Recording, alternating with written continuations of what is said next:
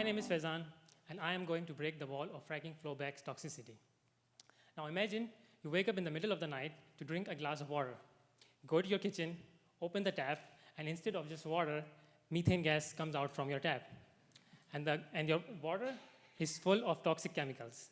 Now that sounds scary, because that's what fracking can lead up to, and that's what I am going to change about fracking. This was taken near Pennsylvania State, and it's not just here, because fracking is booming wherever natural gas reserves are found, such as Northern America, especially in Alberta, and Northern Europe. So this can happen anywhere. Now, hydraulic fracking causes rock fractures by pressurized liquid, and this liquid contains thousands of gallons of water. And when the pressure is withdrawn, whatever reaches the surface, the flowbacks, they contain high amounts of brine, toxic chemicals, hydrocarbons, as well as traces of radioactive materials.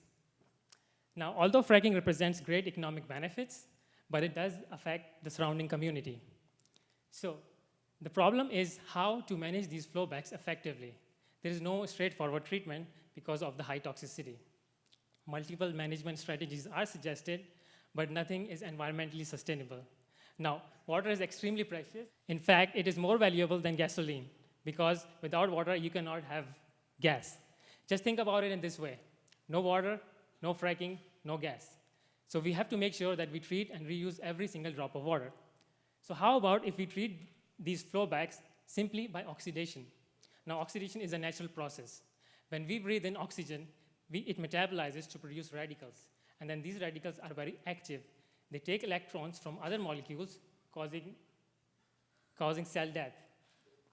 That's why the doctors, they always tell us to eat antioxidant foods, because it slows down the reaction. So we thought, how about increasing the temperature and pressure to enhance the oxidation reaction? This is called wet oxidation.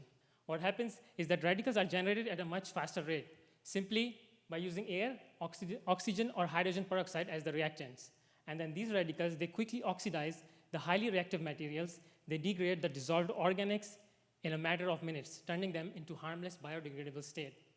Now, I have already investigated the best and the fastest oxidation conditions for treating dense tailings, and I'm now in the process of developing a continuous waste treatment prototype that can be incorporated at the fracking sites to treat these flowbacks at the same rate as they are generated.